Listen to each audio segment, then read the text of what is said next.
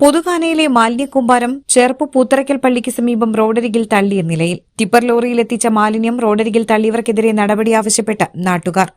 പൂത്തറയ്ക്കൽ പള്ളിക്ക് സമീപം പാടത്തോട് ചേർന്ന റോഡരികിലാണ് പൊതുകാനയിൽ നിന്നുള്ള മാലിന്യം തള്ളിയിട്ടുള്ളത്.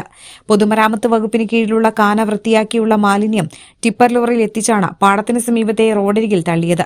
കഴിഞ്ഞ ദിവസമാണ് മാലിന്യം റോഡരികിൽ തള്ളിയ നിലയിൽ കണ്ടെത്തിയത്. കടുത്ത ദുർഗന്ധം വമിക്കുന്നതാണ് മാലിന്യക്കൂമ്പാരം. പ്ലാസ്റ്റിക് കുപ്പികൾ, മറ്റു പ്ലാസ്റ്റിക് വസ്തുക്കൾ ഉൾപ്പെടെ നിരവധി അജൈവ മാലിന്യങ്ങൾക്കൊപ്പം പാഴ്പുല്ലുകളും ഇതിലുണ്ട്. പൊതുകാനയിൽ നിന്നുള്ള ഇത്തരം മാലിന്യം പൂത്തറയ്ക്കൽ പള്ളിക്ക് സമീപം ഇതേയിടത്ത് പൊതുമരാമത്ത് വകുപ്പ് മുൻപും നിക്ഷേപിക്കാറുള്ളതായി പറയുന്നു. പൊതു ഇടങ്ങളിൽ മാലിന്യം തള്ളുന്നവർക്കെതിരെ ശക്തമായ നടപടിയെടുക്കുന്ന ചേർപ്പ് പഞ്ചായത്ത് അധികൃതർ ഇക്കാര്യത്തിൽ ഇടപെടണമെന്ന ആവശ്യമാണ് ഉയർന്നിരിക്കുന്നത്. മുൻപ് തിരുവുള്ളക്കാവിൽ റോഡരികിൽ പ്ലാസ്റ്റിക് കവറിൽ കൊണ്ടുവന്ന മാലിന്യം തള്ളിയ ബൈക്ക് യാത്രക്കാർക്ക് അധികൃതർ പിഴ ചുമത്തിയിരുന്നു.